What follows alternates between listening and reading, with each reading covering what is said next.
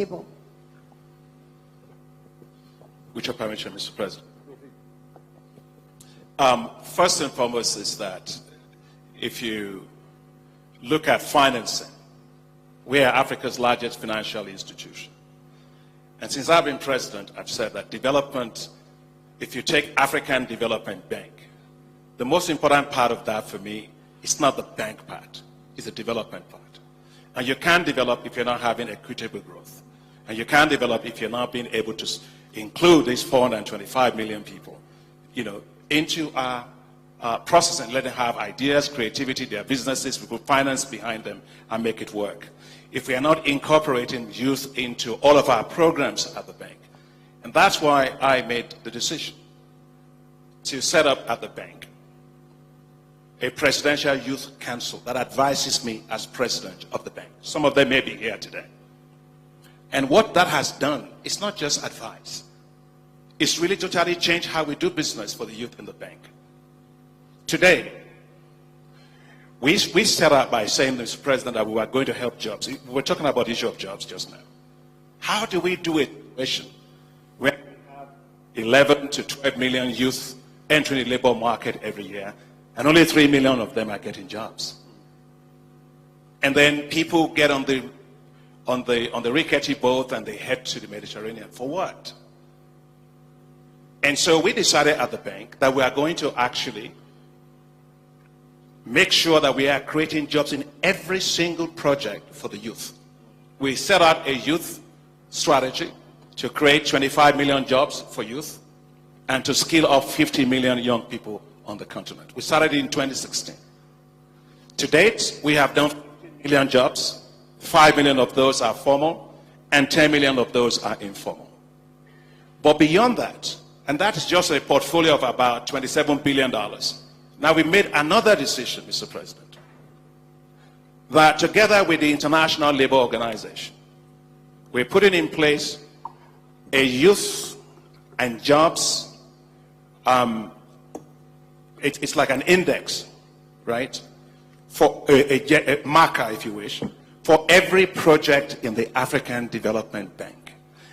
I want to make sure the African Development Bank, 100% all our financing, all our projects have youth base inside of them.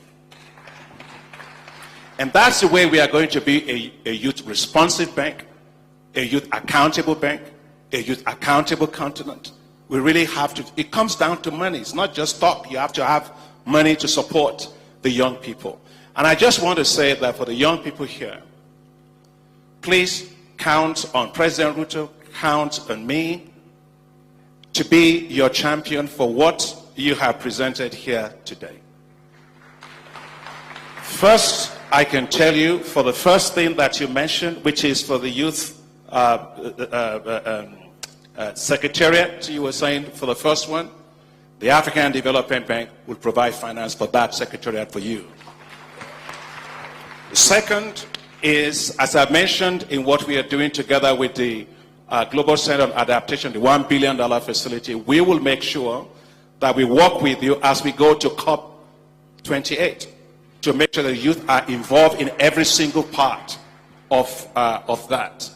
And the last thing that I also want to say is the women. You know,